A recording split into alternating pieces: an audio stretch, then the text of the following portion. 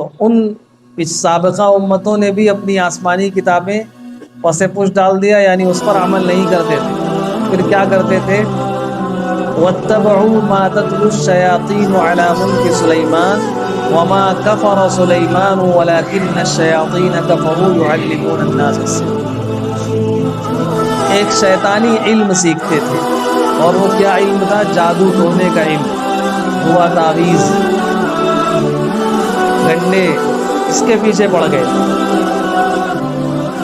اور شیطان نے ان کو یہ سکھلا دیا تھا، یہ بہکا دیا تھا کہ حضرت سلیمان علیہ السلام جو اللہ کے جلیل القدر پیغمبر تھے، اور پیغمبر کے ساتھ ساتھ اللہ نے ان کو بادشاہت اور حکومت بھی عطا فرمائی تھی، اور ایسی بادشاہت اور حکومت کہ جو نہ اس سے پہلے کسی کو ملی نہ اس کے بعد کسی کو، ایسی بادشاہت اللہ نے ان کو عطا فرمائی تھی کہ ان کی بادشاہت صرف انسانوں پر نہیں تھی، بلکہ ان کی حکومت جناتوں پر بھی تھی، ان کی حکومت پرندوں پر بھی تھی، ان کی حکومت ہواؤں پر بھی تھی۔ ایسی اللہ نے ان کو زبردست حکومت عطا فرما رکھی تھی، یعنی سب کو جو حکم دینا چاہتے تھے دیتے تھے۔ تو شیطان نے لوگوں سے کہا کہ یہ جو سلیمان علیہ السلام کو یہ ایسی حکومت ملی ہے، جنات بھی ان کی بات مانتے ہیں، پرندے بھی اور چرند بھی ان کی بات مانتے ہیں، ہوائیں بھی ان کی بات مانتی ہیں، یہ دراصل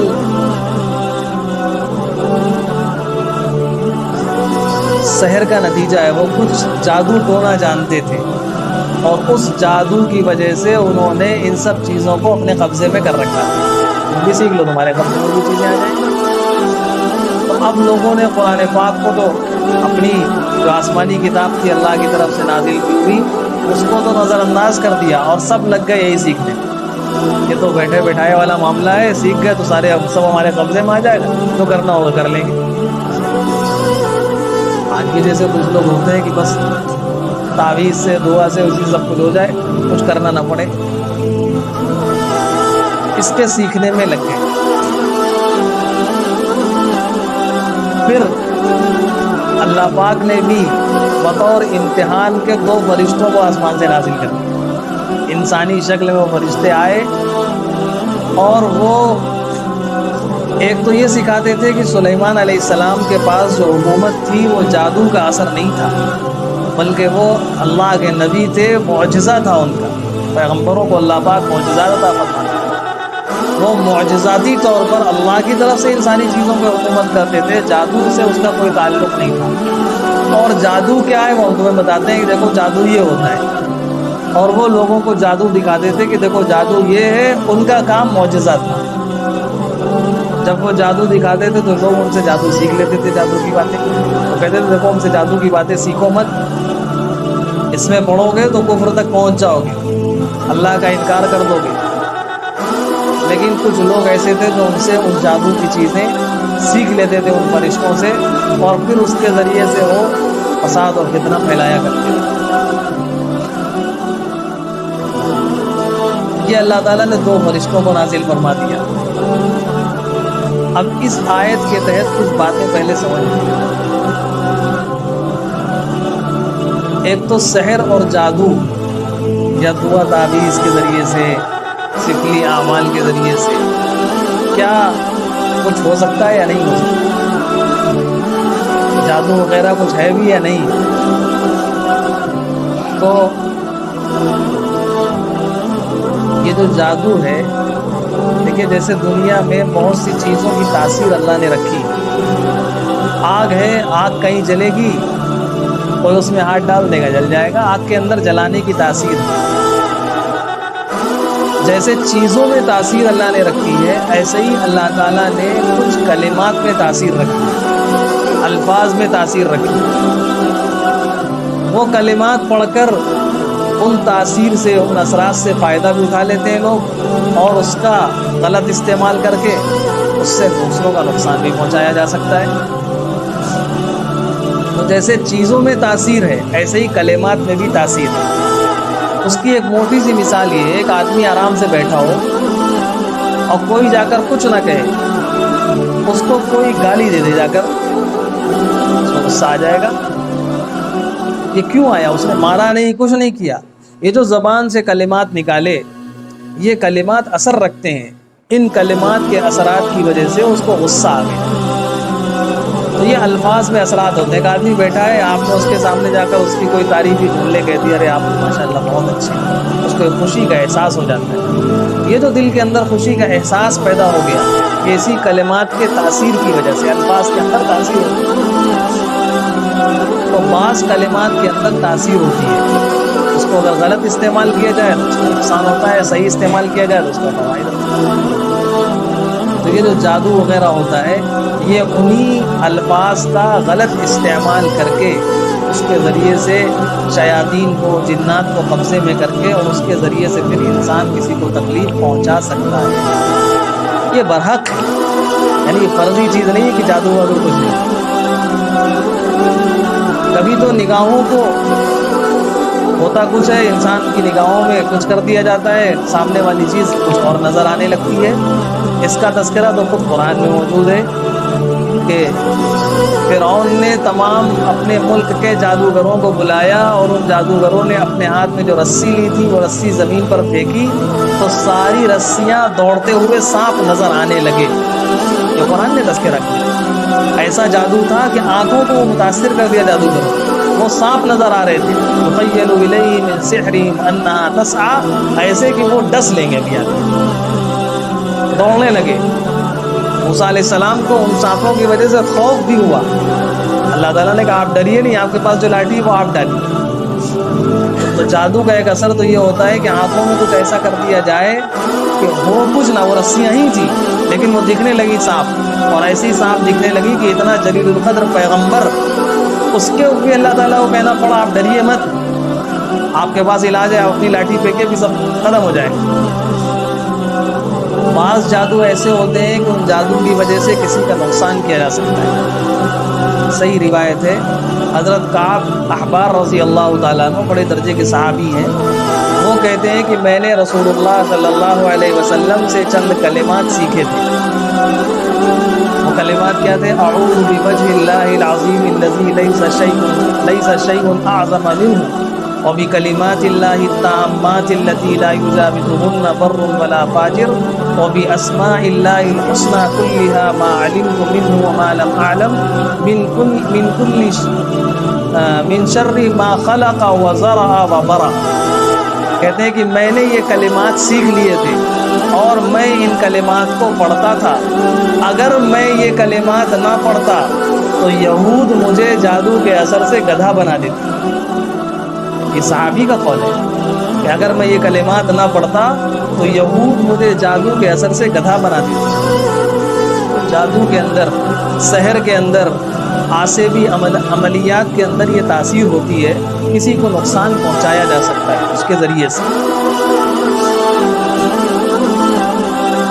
اچھے خاصے آدمی کو بیمار کیا جا سکتا ہے، بیمار ہو جائے گا آدمی، بالکل ٹھیک ہے، سارے چیک اپ کرا رہا ہے، چیک اپ میں کچھ نہیں نکل رہا لیکن بیماری نہیں جائے۔ کاروبار کو متاثر کیا جا سکتا ہے، کچھ ایسا کر دے انسان کی کاروبار سب کا چل رہا ہے اس کا نہیں چل رہا ہے، کاروبار کو متاثر کیا جا سکتا ہے۔ جیسے چیزوں کے اندر تاثیر ہوتی ہے، کسی کے پاس تلوار ہو، اس تلوار سے کسی کو مارنا چاہے وہ مار سکتا ہے، کسی کے پاس بندوق ہے، گن ہے، وہ کسی کو جان سے مارنا چاہے جان سے مار سکتا ہے، کسی کے پاس کوئی ایسی نقصان دہ چیز ہے کہ وہ کسی کو کھلا کر بیمار کر سکتا ہے۔ ایسے ہی ان کلمات میں بھی تاثیر ہوتی ہے اور ان کلمات کی وجہ سے لوگ بیمار بھی ہوتے ہیں، یہاں تک کہ کوئی ان کلمات کے ذریعے سے کسی کو قتل کرنا چاہے تو قتل بھی کر سکتا ہے۔ ایمان کا تقاضا کیا ہے؟ ایمان کا تقاضا یہ ہے، ایک مومن کا عقیدہ یہ ہونا چاہیے کہ دنیا میں تمام چیزوں کے اندر جو تاثیر پیدا ہوتی ہے وہ جب تک اللہ کا حکم نہ ہو اس وقت تک تاثیر پیدا نہیں ہوتی، اللہ کے حکم سے تاثیر پیدا ہوتی ہے۔ ایک آدمی اگر سامنے گن لے کر آ جائے اور وہ کہے کہ میں ابھی تمہیں مار دوں گا، اور وہ ظاہر سی بات ہے اگر چلا دے تو جس انسان کے پڑے گی وہ انسان مر جائے گا۔ اور ایک چھوٹا بچہ اگر ایک کھلونے والی گن لے کر آ جائے اور وہ آ کر سامنے ایسے کر دے کہ ابھی ہم مار دیں گے، تو آپ بتائیے کہ کیا اس بچے کے کہنے میں اور اس بڑے کے کہنے میں دونوں میں سامنے والے کو سننے والے کو فرق محسوس ہوگا کہ نہیں؟ اگر چھوٹا بچہ کہے گا اس کے دل میں کوئی ڈر محسوس نہیں ہوگا، بلکہ وہ بچے کو پکڑ کے اٹھا کے چوم لے گا۔ لیکن اگر وہی کوئی بڑا آدمی جس کے پاس اوریجنل گن ہو وہ آ کر کہہ دے تو سامنے والا ڈر محسوس کرے گا، بھاگے گا، اپنے بچاؤ کے لیے کوئی صورت اختیار کرے گا، اور کرنا چاہیے۔ ایمان والے کا حال یہ ہونا چاہیے کہ ایمان والا جیسے اس بچے کی گن سے نہیں ڈرتا، اس کو یہ معلوم ہے کہ بچے کی گن ہمارا کوئی نقصان نہیں پہنچا سکتی، ایسے ہی ایمان کا تقاضا یہ ہے کہ اگر کوئی اوریجنل گن لے کر آ جائے تو اس کے دل کے اندر یہ ایمان اور عقیدہ ہو کہ یہ بھی ہمیں کوئی نقصان نہیں پہنچا سکتی جب تک اللہ کا حکم نہ ہو۔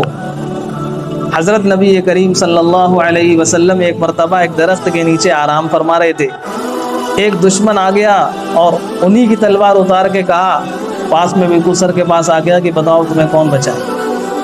آس پاس کوئی نہیں تھا۔ انہوں نے زور سے کہا اللہ، ایسے کہا کہ وہ تھر تھر کانپا اور تلوار اس کے ہاتھ سے چھوٹ کے گری۔ ایمان کا تقاضا یہ ہے کہ بڑا سے بڑا دشمن سامنے آ جائے، ہمیں یہ یقین ہو کہ جب تک اللہ کا حکم نہیں ہوگا اس وقت تک اس کا کوئی فیصلہ میرے اوپر نافذ نہیں ہوگا۔ یہ ایمان کا تقاضا ہے۔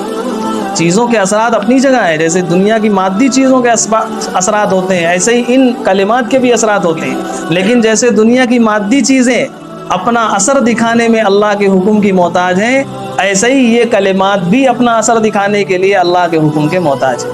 بغیر اللہ کے حکم کے کچھ نہیں ہوتا۔ یہ بات اگر اچھی طرح سے سمجھ میں آ جائے تو پھر ان جادو اور اس کی وجہ سے کوئی اشکال نہیں ہوگا کہ کیسے لوگ دوسروں کو تکلیف پہنچا سکتے ہیں۔ بعض لوگ اصل بالکل سرے سے انکار کرتے ہیں یہ سب کچھ نہیں ہو سکتا۔ خود اللہ کے رسول صلی اللہ علیہ وسلم کے اوپر جادو کیا گیا تھا اور آپ کو کئی دنوں تک ایسا محسوس ہوتا تھا کہ جیسے کسی نے مجھے باندھ دیا ہے۔ پھر آخری کی جو معوذتین صورتیں نازل ہوئی وہ اسی موقع کی نازل ہوئی۔ آپ نے ان صورتوں کو پڑھا، جب پڑھنے کے بعد وہ صورتیں قل اعوذ برب الفلق قل اعوذ برب الناس، تو آپ کہتے تھے جیسے مجھے کسی نے کھول دیا۔ اور اپنے آخری مرض الوفات میں آپ کہتے تھے کہ مجھے اسی جادو کر کے ان کو کچھ کھلا دیا گیا تھا، اس کے اثرات مجھے ابھی محسوس ہوتے ہیں۔ اسی لیے علماء نے لکھا ہے کہ حضرت نبی کریم صلی اللہ علیہ وسلم کی جو وفات تھی وہ شہادت کی وفات تھی۔ کسی کو کوئی مار دے تو اس میں شہادت کا درجہ ملتا ہے، تو ایسے ہی ان کی وفات بھی شہادت کی وفات تھی۔ بہرحال وہ الگ مسئلہ ہے، اس پہ میں نہیں جانا۔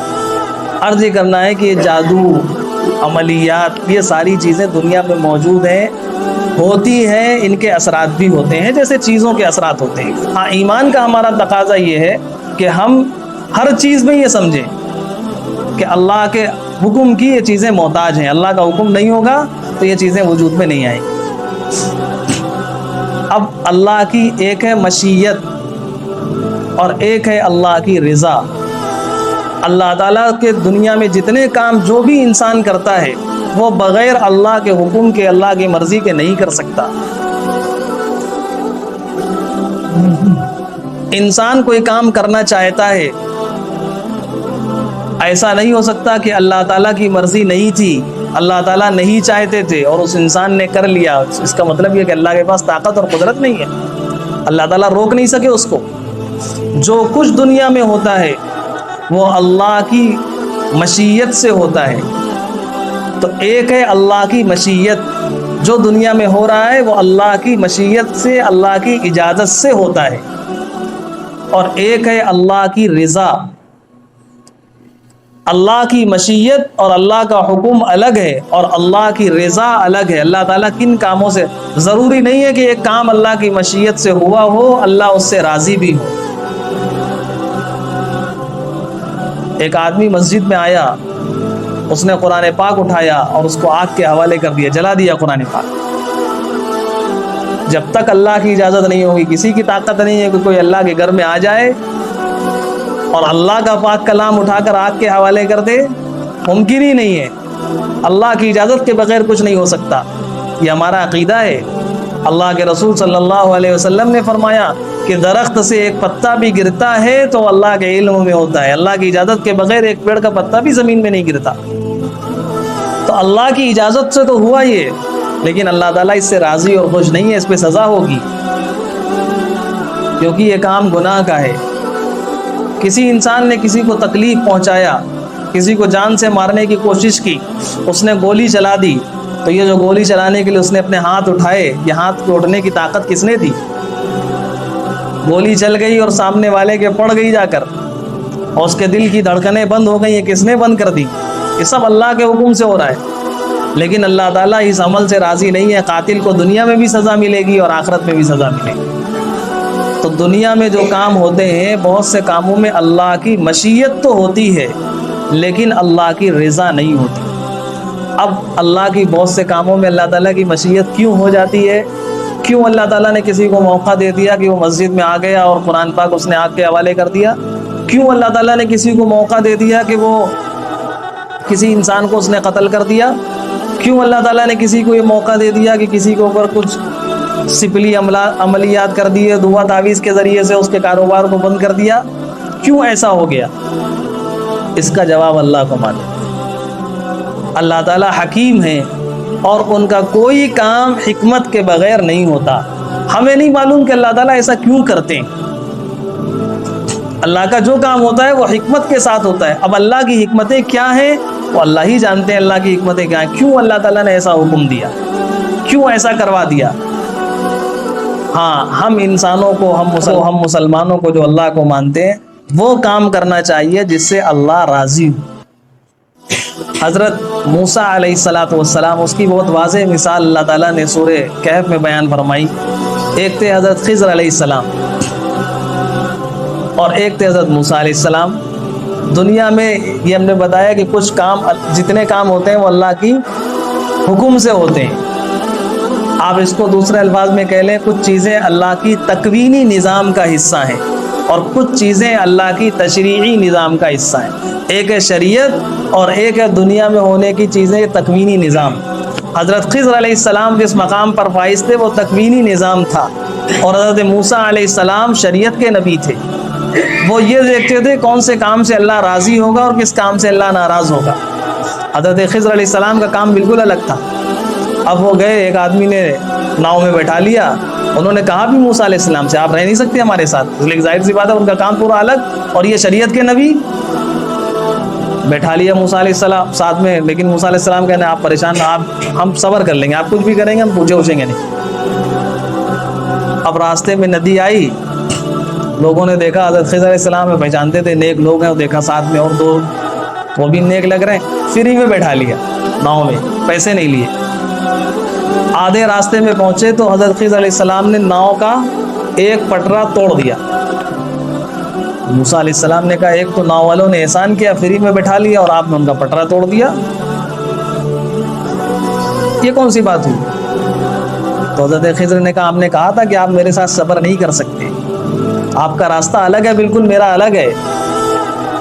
یہی اب جس کو نہیں معلوم کہ اس کے پیچھے حکمت کیا ہے، وہ تو یہی سمجھے گا آخر ایسا کیوں کر دیا کرنے والے۔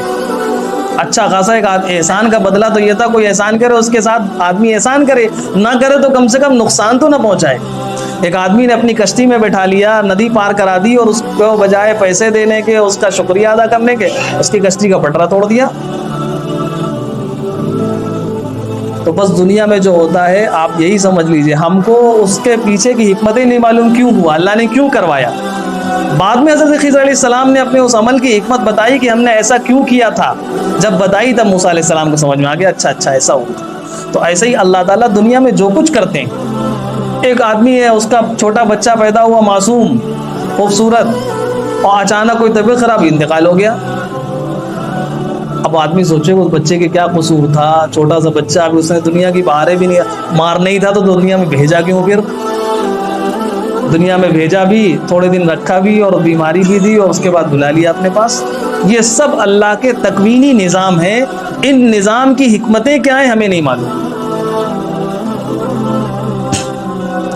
آگے چلے، ایک بچہ کچھ بچے کھیل رہے تھے، ایک بچے کو پکڑا خضر علیہ السلام نے، اس کی گردن موڑ دی، مر گیا بچہ۔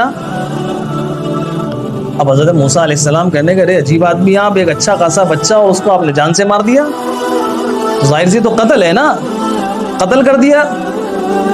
تو حضرت خضر نے کہا آپ نے کہا تھا کہ آپ میرے ساتھ نہیں رہ سکتے، آپ کی لائن الگ ہے، ہماری الگ ہے اصل میں بالکل۔ آپ کو ٹوکنا ہی ہے ان کو. بھائی نبی کے سامنے اگر ایسا فعل ہو, کوئی کسی کو قتل کر دے, سراسر ناجائز ہے, ظلم ہے. نبی نہ ٹوکے تو بھی منع کیا تھا کہ ٹوکنا نہیں, کچھ بولنا نہیں. تو کہا اچھا معاف کر دیجیے, اب کچھ نہیں بولی. اور آگے گئے, ایک بستی میں پہنچے. پہلے زمانے کی طرح ہوٹل وغیرہ تو ہوتے نہیں تھے. بھوک لگی تھی بہت زیادہ. بستی والوں سے کہا کہ بھائی کچھ ہمارے کھانے پینے کا انتظام کرو, ہم مہمان ہیں. سارے بستی والے ایسے کنجوس تھے, کسی نے کچھ نہیں دیا. جب بستی سے باہر نکل رہے تھے تو دیکھا ایک دیوار تھی جو گرنے والی تھی, بالکل بس اب گری تب گری ایسی حالت تھی. حضرت خضر علیہ السلام نے اس کو سیدھا کر دیا. تو موسیٰ علیہ السلام نے کہا کہ کم سے کم کچھ پیسے لے لیتے سیدھا کرنے کے. یہ بستی ایسی ہے, کچھ نہیں کھلایا انہوں نے ہمیں, کم سے کم کچھ لے لیتے, آپ نے فری میں سیدھا کر دیا. تب حضرت خضر نے کہا, آپ نے کہا تھا کہ آپ میرے ساتھ رہ نہیں سکتے. تب پھر انہوں نے اپنے تینوں کاموں کی حکمتیں بیان کر. جب وہ حکمتیں آ گئی سامنے, تب سمجھ میں آ گیا موسیٰ علیہ السلام کو کہ یہ لائن ہی پوری الگ ہے. دنیا میں جو کچھ اللہ کے حکم سے, اللہ کی مرضی سے ہو رہا ہے. فرمایا کہ آگے ایک ظالم بادشاہ تھا, وہ لوگوں کی کشتیاں, صحیح سالم جو کشتیاں تھیں وہ چھین لیتا تھا. تو اس نے میرے ساتھ احسان کیا تھا, میں نے اس کے ساتھ یہ احسان کیا کہ اس کی کشتی کو عیب دار بنا دیا تاکہ وہ ظالم بادشاہ اس غریب کی کشتی کو چھین نہ لے. جب دیکھے کہ یہ ٹوٹی ہے تو اس کو چھینے گا نہیں, اور یہ اگر اپنا تھوڑے سے پٹرا ایک لگا لے گا, اس کی کشتی صحیح ہو جائے گی. اگر یہ صحیح سالم کشتی آگے پہنچ جاتی تو پوری کشتی چھین لیتا. اب بتائیے کہ یہ حضرت خضر علیہ السلام کا یہ عمل اس کے لیے احسان تھا یا ظلم تھا؟ احسان تھا. لیکن جس کو نہیں معلوم وہ کیا سمجھے گا؟ ظلم کر دیا, کہ احسان کیا, احسان کا بدلہ ہے کہ اس کی کشتی توڑ دی. بہرحال یہ ایک لائن ہے, وہ بہت تفصیلات ہو جائیں گی اس سلسلے میں. بس دنیا میں جو کچھ ہوتا ہے وہ کچھ چیزیں ایسی ہوتی ہیں جو اللہ کے حکم سے تو ہوتی ہیں, لیکن ہمیں نہیں معلوم کہ اس کے پیچھے اللہ کی حکمتیں کیا ہیں. ہم بحیثیت مسلمان, ہمیں تو وہ کام کرنا چاہیے جس سے اللہ تعالیٰ راضی ہو. تو سحر اور جادو یہ حق ہے, یہ کسی کے اوپر کرا جا سکتا ہے, اس کے اثرات بھی ہوتے ہیں. دوسری بات, ہم بحیثیت مسلمان ہمارا عقیدہ یہ ہونا چاہیے کہ اللہ کی حکم اور اللہ کی مرضی کے بغیر دنیا کی کوئی چیز ہمیں نقصان نہیں پہنچا سکتی. اب یہ کیسے ہو جاتا ہے, کیوں ہو جاتا ہے, کسی کے پاس ایسی طاقت کیوں آ جاتی ہے, یہ اللہ کی مرضی, اللہ کی حکمت ہے. ہم اللہ کی حکمتوں کو نہیں پہچان سکتے. اپنی حفاظت کے لیے ہم سب کو کچھ نہ کچھ ضرور کرنا چاہیے. کیا کرنا چاہیے؟ ایک تو یہ زمانہ ایسا زمانہ ہے کہ اس میں حسد بہت زیادہ بڑھا ہوا ہے. لوگ کسی کے پاس کوئی نعمت آئی تھی دیکھ کے جلنے لگتے, اور جب حسد کریں گے, جلیں گے, تو پھر نقصان پہنچانے کی کوشش کریں گے. تو اس لیے اپنی نعمتوں کو اس زمانے میں بہت زیادہ اس کو ظاہر نہیں کرنا چاہیے. بہت غلط کرتے ہیں وہ لوگ جو اپنی شادی بیاہ کے پروگرام یا اپنے مکانات باہر سے ایسا اچھا خوبصورت بناتے ہیں کہ 10 لوگوں کے آگے اس میں نگاہیں لگیں, یا شادی بیاہ کے پروگرام اتنے بڑے کرتے ہیں کہ لوگ آ کر حیران ہو جائیں کہ ارے انہوں نے ایسا زبردست کر دیا, اتنے آئٹم رکھ دیے. یہ ساری چیزیں ایسی ہیں جو حسد پیدا کرتی ہیں. جب حسد پیدا ہوتا ہے پھر کوئی نہ کوئی شیطان ایسا ہوتا ہے کسی کے دل میں ڈالتا ہے, وہ نقصان پہنچانے کی کوشش کرتا ہے. پھر آدمی کو جب نقصانات ہوتے ہیں تو پھر وہ پریشان ہوتا ہے کہ یہ کیا ہو رہا ہے, اس کو اسی کے عمل کا نتیجہ ہوتا ہے. اس لیے پہلا کام تو یہ کہ اپنی نعمتوں کو انسان چھپانے کا عادی بنے. دیکھیے اللہ کے رسول صلی اللہ علیہ وسلم نے فرمایا, ایک صحابی آئے, گندے سندے کپڑے پہنے تھے, بال بکھرے ہوئے تھے, تو اللہ کے نبی نے فرمایا کیا تمہارے پاس مال نہیں تم اچھے کپڑے پہن سکو؟ کہا ہے. تو فرمایا کہ اللہ تعالیٰ یہ چاہتے ہیں کہ جب تمہیں کوئی نعمت ملے تو وہ نعمت ظاہر ہونی چاہیے. تم اچھے لباس پہنو گے, اچھے کپڑے پہنو گے, کوئی ضرورت مند ہوگا وہ آ کر دیکھے گا کہ ان کی حالت صحیح ہے, اپنی ضرورت کا تم سے مطالبہ کر سکتا ہے, تم اس کی ضرورت پوری کر سکتے ہو. ایک طرف تو یہ حکم ہے, قرآن نے بھی فرمایا وَأَمَّا بِنِعْمَةِ رَبِّكَ فَحَدِّثْ, تمہارے پاس کوئی نعمت ہو تو اس نعمت کو بیان کرو. ایک طرف تو یہ بھی حکم ہے, لیکن دوسری طرف حکم یہ ہے یا بنی لا تقصص رؤیاک علی اخوتک ویکیدوا لک کیدا. حضرت یوسف علیہ السلام نے خواب دیکھا کہ 11 ستارے, چاند اور سورج ہمیں سجدہ کر رہے ہیں. ابا سے جا کر بتایا، چھوٹے تھے یوسف علیہ السلام، کہ ہم نے خواب دیکھا ہے. تو حضرت یعقوب علیہ السلام نے، پیغمبر اور نبی تھے، کہا دیکھو یہ خواب اپنے بھائیوں سے نہ بتانا، اس لیے کہ وہ بھائیوں کے مزاج سے واقف تھے کہ اگر تم اپنے بھائی سے بتاؤ گے تو وہ بھائی تم سے حسد اور جلن کرنے لگیں گے، پھر تمہیں نقصان پہنچانے کی تدبیریں کریں گے. فَيَكِيدُوا لَكَ كَيْدًا، ان کے سامنے بیان نہ کرنا. اس کی تشریح میں مفسرین نے لکھا ہے کہ جہاں ایسا اندیشہ ہو کہ ہماری نعمت کو دیکھ کر لوگ ہمیں نقصان پہنچانے کی کوشش کریں گے، وہاں پر اپنی نعمتیں ظاہر نہیں کرنی چاہیے. آج اکثر لوگوں کا حال یہی ہے. ہاں آپ اپنی نعمتیں، آپ کی اپنی اولاد ہیں، آپ کے ماں باپ ہیں، یا ایسا کوئی ہے جس سے آپ کو لگتا ہو کہ ہماری اس خوشی سے اس کو خوشی ہوگی، آپ وہاں اپنی نعمتوں کو ظاہر کیجیے، لیکن دنیا کے سامنے اپنی نعمتوں کو بیان مت کیجیے. ہمارے یہاں ایک بچہ پڑھتا ہے حفظ، یاد آ گیا سنا دیتا، بہترین چل رہا تھا، اچھا، روزانہ ایک صفحہ سبق سناتا تھا، سب کچھ آتے ساتھ سب کچھ سناتا تھا. اچانک پتہ نہیں کیا ہو گیا، سب کچھ سنانا بند کر دیا. اب بیٹھا ہے، نہ سبق سنا پا رہا ہے، نہ مختہ سنا پا رہا ہے. تو بڑی فکر ہوئی ہمیں کہ آخر کیا ہو گیا. اچھا بچہ تھا، سب چلتا تھا، صحیح ہو گیا تھا. تو ہم نے ایک دن ان کے والد کو بلایا. ہم نے کہا آخر کیا بات ہے، یہ اچھا بچہ چل رہا تھا اور پھر اچانک یہ ہو گیا، کچھ بھی نہیں سنا پاتا ہے. اب بڑی کوشش کر لی ہم لوگوں نے. تو انہوں نے کہا گھر میں ہمیں بھی پتہ نہیں کیا ہے. تو ہم نے کہا اچھا یہ بتائیے کہ کیا آپ نے اس بچے کی بہت زیادہ تعریفیں تو نہیں کی؟ تب انہوں نے بتایا کہ ہاں، ہماری اہلیہ نے، کئی رشتہ داروں کو فون آتا ہے تو کہتی ہیں دیکھو میرے بچے نے اسی سال ابھی ناظرہ شروع کیا اور اس کے 2 پارے حفظ بھی ہو گئے. یعنی کچھ مہینوں میں، 1-2 مہینوں میں 2 پارے کا میرا بیٹا حافظ بن گیا. اب وہ سب سے فون کر کے بتاتی، ماں کو خوشی ہوتی کہ اتنی جلدی میرا بیٹا بھی ناظرہ پڑھا اور حافظ ہو گیا 2 پارے کا. تو ہم نے کہا بس یہی ہے، اب آپ تہیہ کر لیجئے، کسی سے مت بتائیے کہ میرا بیٹا، اس لیے کہ مان لو کسی کا بچہ اور ابھی حافظ بن رہا ہے اور اس کے کئی سال ہو گئے ابھی تک اس کو یاد نہیں ہوا، تو اس کے دل میں اچھا ان کا بچہ کیسے، اس کو نظر لگ جائے گی، ہو سکتا ہے پھر اس نظر کی وجہ سے وہ کوئی نقصان پہنچانے کی کوشش کرے. اب کسی سے مت بتائیے. آپ کو خوشی ہو رہی ہے کہ آپ کا بیٹا اچھا چل رہا ہے، تو آپ اپنے بچے کو خوب انعامات دیجیے، اس کو اچھے جوڑے بنوا دیجیے، اس کو ٹافی اور چاکلیٹ لا کے دیجیے، اس کو آئس کریم، اس کو گھمانے لے جائیے، اس کے ساتھ جو کر سکتے ہو کیجیے. آپ اپنی خوشی کا اظہار دوسروں سے مت بتائیے. منع کر دیا. الحمدللہ تھوڑے دنوں کے بعد پھر وہ جیسا تھا ویسے چلنے لگا. بہت زیادہ اس زمانے میں شر بہت بڑھ گیا ہے.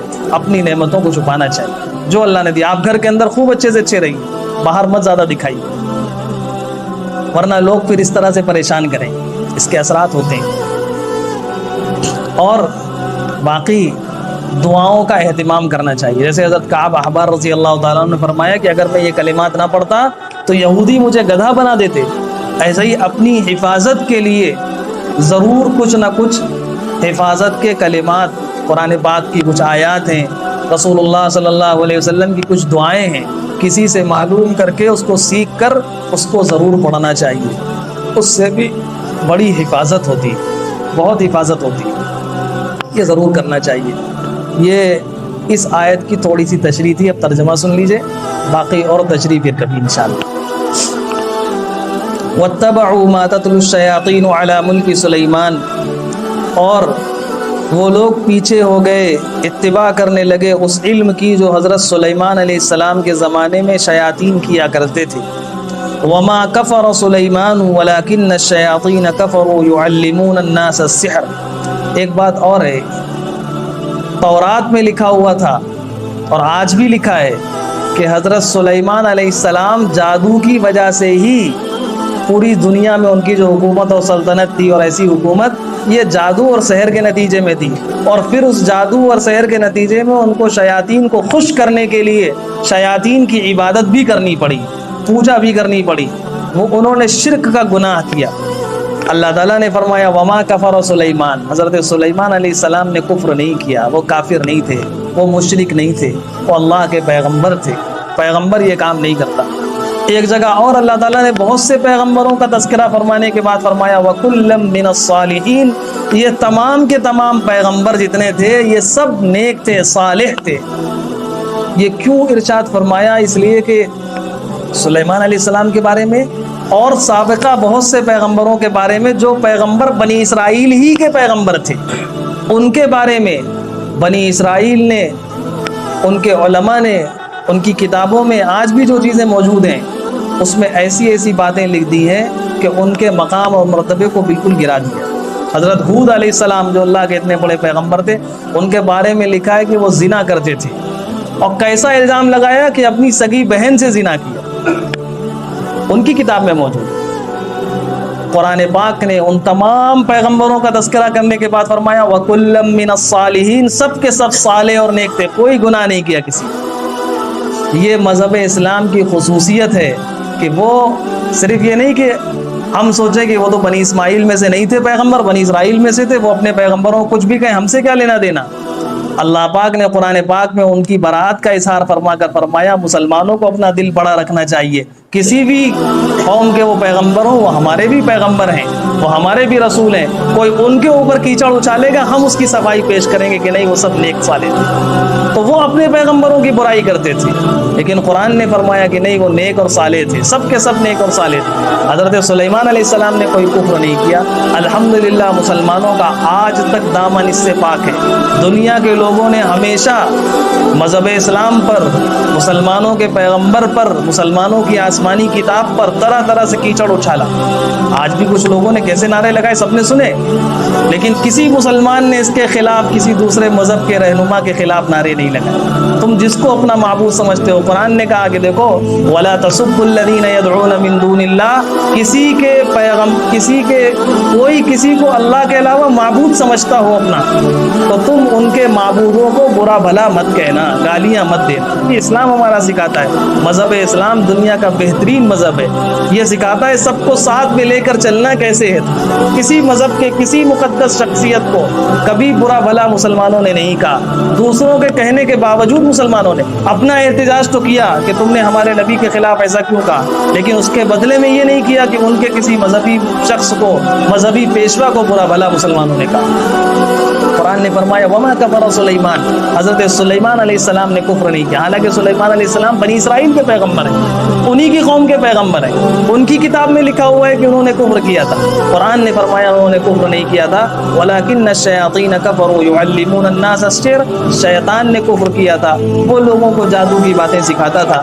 وما انزل علی الملکین ببابل ہاروت و ماروت، اور جو کچھ اللہ نے نازل کیا تھا دو فرشتوں پر بابل میں، ہاروت اور ماروت، دو فرشتے تھے ہاروت اور ماروت، ان کے اوپر اللہ تعالیٰ نے ان کو جادو سکھا کر اور سحر کا اور معجزے کا فرق سکھا کر دنیا میں بھیجا تھا۔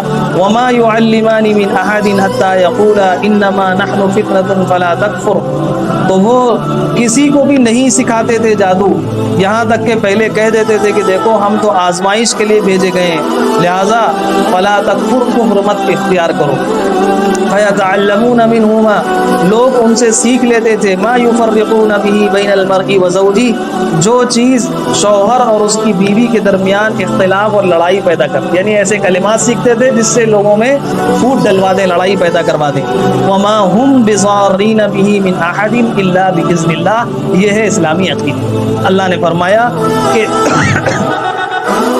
وما هم بضارین به من احد، وہ کسی کو تکلیف نہیں پہنچا سکتے، نقصان نہیں پہنچا سکتے، الا باذن اللہ، اللہ کی اجازت کے بغیر، جب تک اللہ کا حکم نہیں ہوگا کوئی کسی کو نقصان نہیں پہنچا سکتا۔ وَيَتَعَلَّمُونَ مَا يَضُرُّهُمْ وَلَا يَنفَعُهُمْ، وہ ایسی چیز سیکھتے تھے جس سے وہ نہ کسی کو تکلیف پہنچا سکتے ہیں نہ نفع پہنچا سکتے ہیں۔ وَلَقَدْ عَلِمُوا لَمَنِ اشْتَرَاهُ مَا لَهُ فِي الْآخِرَةِ مِنْ خَلَاقٍ، اور وہ جانتے تھے کہ ایسی چیز ہے جس سے آخرت میں کوئی حصہ ملنے والا نہیں۔ وَلَبِئْسَ مَا شَرَوْا بِهِ أَنفُسَهُمْ لَوْ كَانُوا يَعْلَمُونَ، بہت بری چیز انہوں نے اختیار کر رکھی تھی، کاش وہ اس کو سمجھتے۔ وَلَوْ أَنَّهُمْ آمَنُوا وَاتَّقَوْا لَمَثُوبَةٌ مِّنْ عِندِ اللَّهِ خَيْرٌ، اگر وہ لوگ یہ جان لیتے، ایمان لے آتے اور تقوی کی زندگی اختیار کر لیتے تو اللہ کے نزدیک ان کو بہت بہتر ثواب ملتا۔ لَوْ كَانُوا يَعْلَمُونَ، اگر وہ لوگ جانتے۔